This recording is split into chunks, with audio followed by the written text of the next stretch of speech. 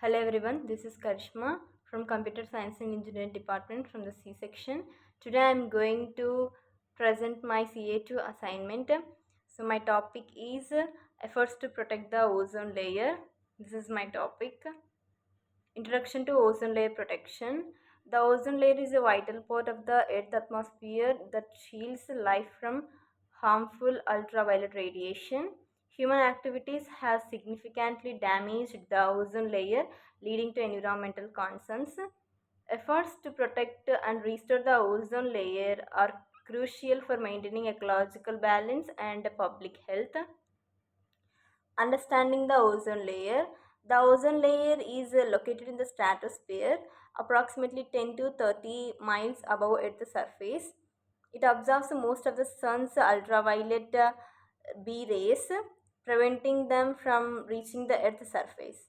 Depletion of the ozone layer results in increased UV exposure, which can cause health and environmental problems. Causes of the depletion layers are the primary cause of the depletion layer is the release of chlorofluorocarbons, which means CFS, and other ozone depleting substances.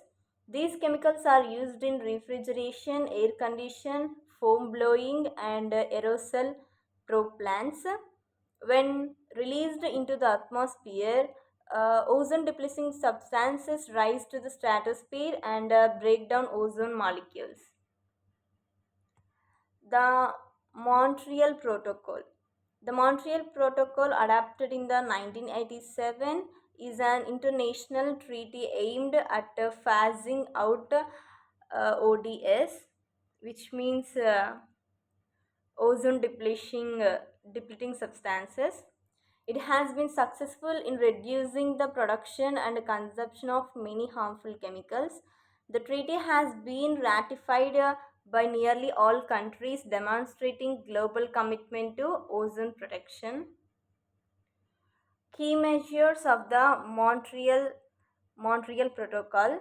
The protocol established specific deadlines for phasing out substances like CFS, halogens, and other ODS. It includes provisions for monitoring, reporting, and verifying the reduction efforts of member countries.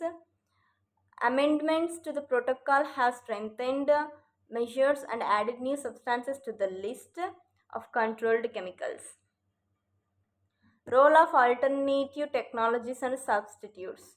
Scientists and industries have developed safer alternatives to ozone depleting chemicals such as HCFS and HCFs. Efforts are ongoing to find more environmentally friendly substances with a minimal ozone depletion potential. Adoption of those substitutes helps reduce the impact on the ozone layer while supporting economic activities. Public awareness and education.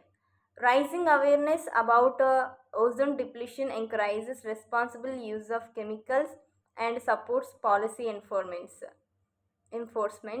Educational campaigns target schools, communities, and industries to promote sustainable practice. Public participation plays a vital role in the success to ozone protection efforts worldwide. Monitoring and research. Scientific research continues to monitor the state of the ozone layer and assess recovery progress. Satellite data and ground based measurements provide crucial information about ozone levels. Ongoing research helps improve policies, and develop new technologies for ozone layer protection. Challenges and future directions for ozone layer depletion. Despite progress, illegal production and use of ODS still pose threats to ozone recovery. Climate change may also affect the dynamics of ozone depletion and recovery. Continued international cooperation and technological innovation are essential for future success. Conclusion for this is protecting the ozone layer requires sustained global efforts, policies, and technological advancements. The success of traits like Montreal Protocol demonstrates the effectiveness of international cooperation. Ongoing vigilance and public engagement are necessary to ensure ozone layer's health for future generations. Efforts to protect the ozone layer is linked to the Sustainable Development Goal SDGs 13, which means climate action. Um, there are the 17 SDGs, which means Sustainable Development Goals.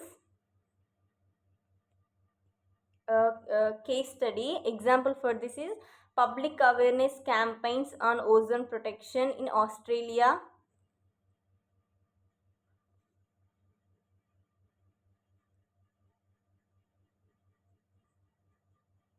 Introduction to ozone protection campaigns in Australia. Australia has been actively engaged in public awareness campaigns to protect the ozone layer since from the 20th century.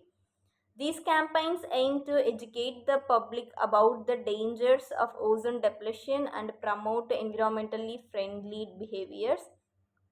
The efforts have been supported by government agencies, environmental organizations, and international collaborations like the Montreal Protocol. Key strategies and initiatives. Campaigns in Australia utilized mass media, community outreach, and educational programs to reach diverse audiences. They focused on reducing the ozone depleting substances such as CFCs and promoting alternatives. The campaigns also emphasized the importance of protecting the ozone layer for health, climate, and environmental sustainability. Conclusion and impact on this is public awareness campaigns in Australia have significantly contributed to reducing the use of harmful chemicals and increasing awareness. These efforts have helped Australia meet international commitments under the Montreal Protocol and protect its environment. Continued education and outreach are essential to maintain progress and address emerging environmental challenges related to ozone and climate change. Another case study is introduction to that is education institutes significantly improved public participation in reducing ozone depletion products. It is the case study, which means playing a vital supporting role in the widespread success of the Montreal Protocol by raising public awareness about the health and environmental risk of ozone depletion.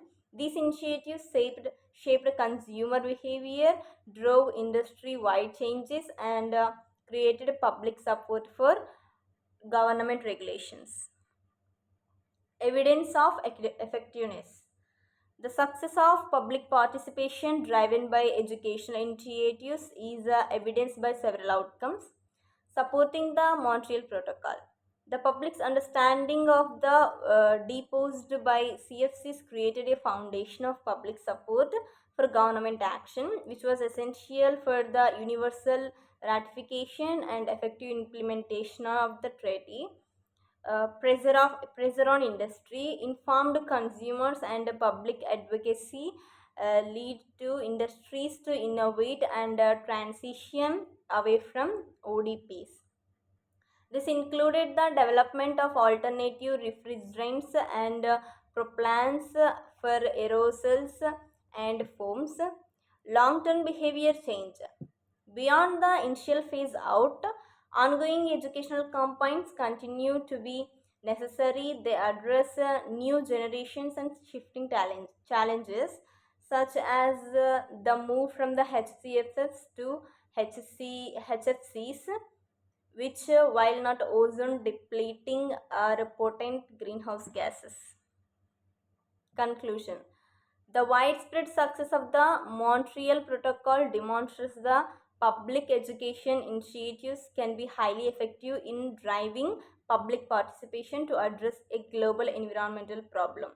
By effectively communicating the science and personal risks, These programs motivated consumers and created broad public support for regulations, which in turn spurred industry innovation, while challenges like sustained engagement and addressing social, social barriers remain. The ozone story is a powerful case study for how public awareness can translate into collective action on a global scale.